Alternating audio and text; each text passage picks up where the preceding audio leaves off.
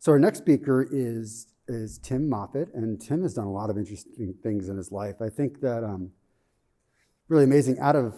Right out of high school, Tim enlisted in the Navy and served his country, and he was a cook aboard a Navy ship, which to me, I've worked in food service, delivering pizzas, waiting tables for quite a long time, and just how hard that is, and that commitment that shows, and to go from serving your country to going to college and now earning an MAS degree, and from right here, leaving San Diego, getting on an airplane and meeting his wife and kids outside DC, where Tim will start working for the Department of the Interior in about a week and a half in their offshore wind enforcement division. So another CSP student going to DC, making a difference on the federal level. And it's been a real pleasure to have Tim in this program, and just somebody who, for a lot of reasons, is just a personal favorite of mine, and somebody that I will always, always, always be rooting for. So, and he's going to talk about Bitcoin, which, if you haven't heard, is something I really would like to talk about. With all that, Tim, the floor is yours. All right, well, thank you, Corey, and thank you, everybody here in person and watching online. So we are going to be discussing an emerging clean energy economy in Wyoming. Brief outline of today's discussion: we'll discuss Wyoming's wind potential, then move on to carbon capture, utilization, and storage, and the role that it plays in the birth of a low-carbon economy. We'll go over the energy consumption of blockchain and cryptocurrency, most specifically Bitcoin. And then we'll move on to a policy analysis and recommendations. So Wyoming leads the U.S. in onshore wind potential. As you can see in the image above, most of the U.S. wind potential comes from offshore wind. But zoomed in below, in Wyoming, in the southeast corner, there's 1,653,856 gigawatts of potential wind power. So Wyoming has this robust wind energy, and currently the overgeneration of this wind is just being wasted. So from an economic point of view, this wind could stimulate industries and businesses, but in order to do so, we would require an equally robust workforce. So this is where the fossil fuel industry comes in. In 2018, according to Bureau of Labor Statistics, the oil and gas industry had 145,000 workers, and 18,273 of these workers were accounted for in Wyoming. Now, research dictates that 12,000 of these workers are going to lose their jobs by 2030, and by 2050, that number is going to increase to 34,000 job losses and displacement. While many jobs in the fossil fuel industry will transition quite easily to renewable energy, such as accountants, executive-level employees, and administrators, others will require very minimal retrainings. Common themes between fixed jobs, such as machinery operators and refinery operators, and more of the flexible jobs that do more routine tasks, such as the roustabouts, typically have a high school diploma and a year to a year and a half of on-the-job training. So we have a workforce that's easily trained.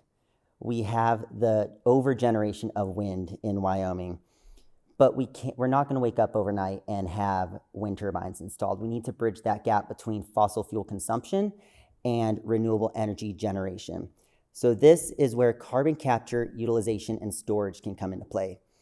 You see, Wyoming's governor has already spoken out in support of carbon capture technology and has even partnered with the Department of Energy in order to retrofit existing coal power plants with this carbon capture technology to reduce the state's carbon emissions.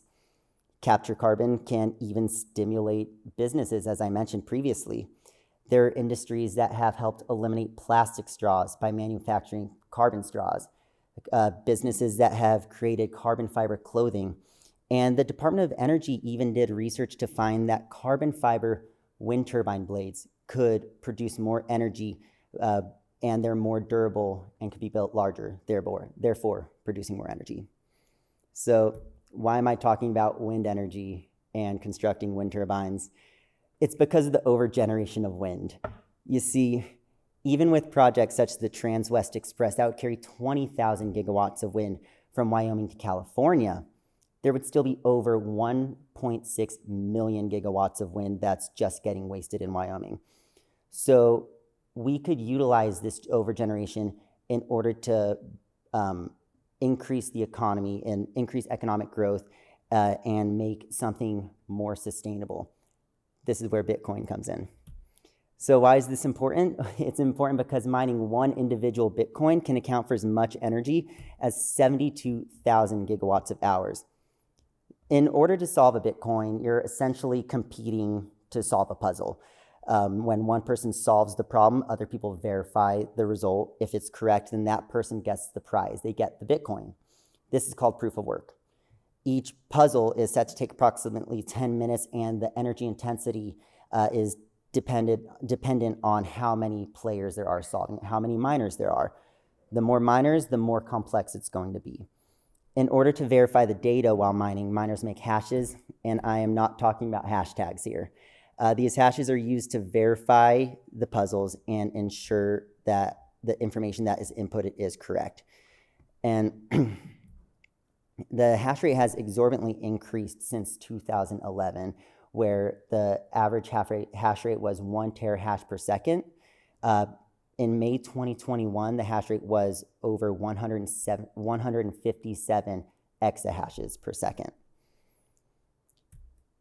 So just to put this into context, Bitcoin devours more electricity than entire countries. That's how intense the energy can be, including Switzerland, Greece, Israel, and Ireland. And this image here, to put it into further context, is of a mining farm, and each of the boxes on the shelves is a separate processing unit that is used to compute these hashes and in order to track the algorithms and transactions. There are companies in Wyoming, such as Great American Mining, that is currently working to incentivize miners to mine at the cheapest rate of electricity, which is natural gas. However, this overgenerational wind could be utilized to mine it in a more sustainable way.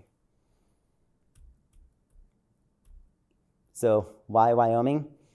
Well, because in 2019, Wyoming passed and implemented 13 crypto-friendly laws that make the state an ideal place to mine cryptocurrencies such as Bitcoin.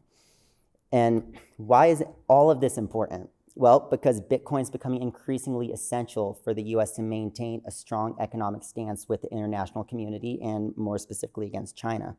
You see, blockchain, the technology that Bitcoin operates on, it's like a Google document.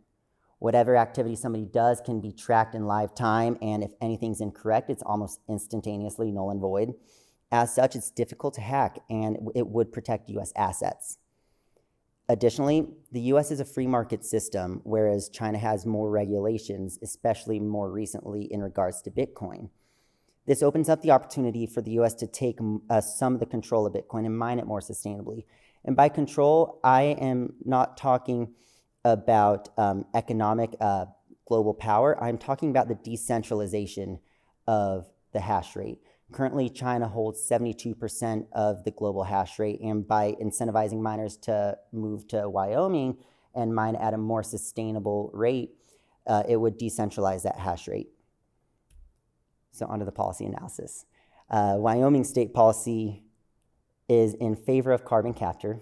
It's in favor of cryptocurrency, but it is not in favor of wind. There's no renewable portfolio standard in the state, so there's no minimum requirement that the state needs to produce energy out of renewables.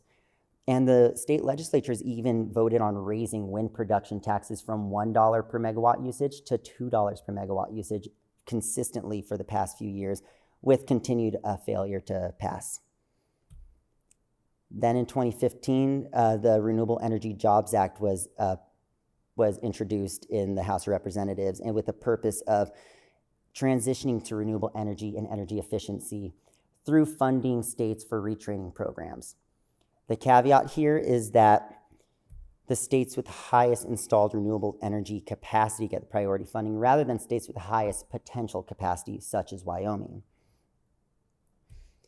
And then there's the Green New Deal, which is a very controversial piece of legislation, but the Biden administration parallels many policies to the Green New Deal, such as a fair and just transition that addresses the need to deliver permanent union-supported jobs with fair wages and comprehensive healthcare options. economic prosperity to include proposing $213 billion in retrofitting older housing developments with energy efficient technology, specifically in low socioeconomic neighborhoods, and $100 billion in sustainable infrastructure development, including transmission lines, wind turbines, and carbon capture technology.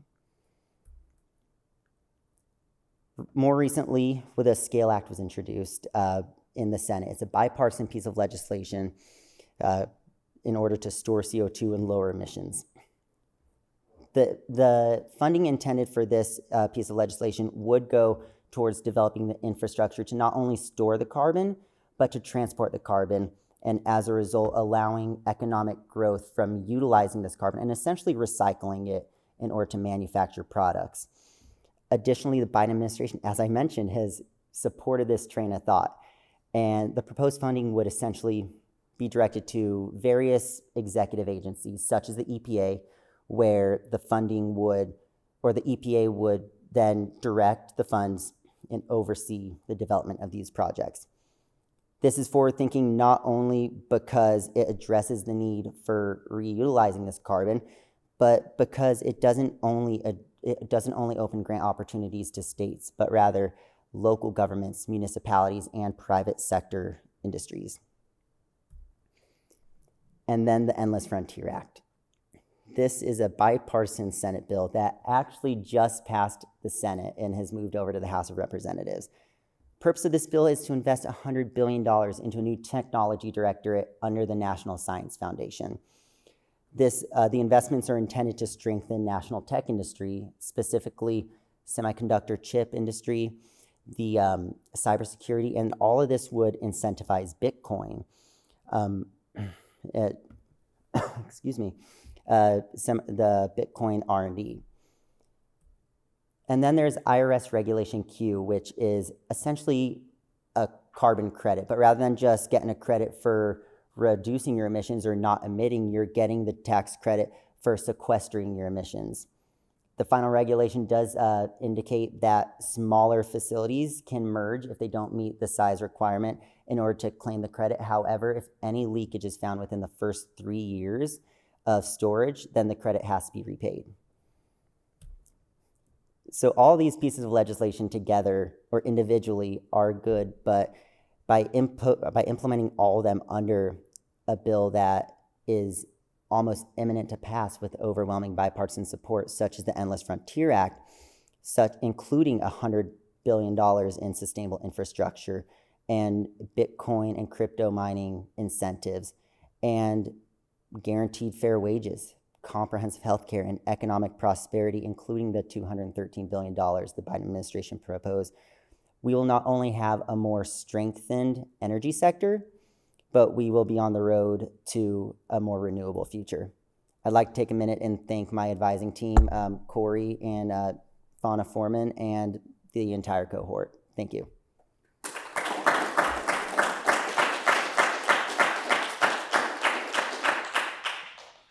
All right, Tim, thank you for that presentation. Any questions from the room?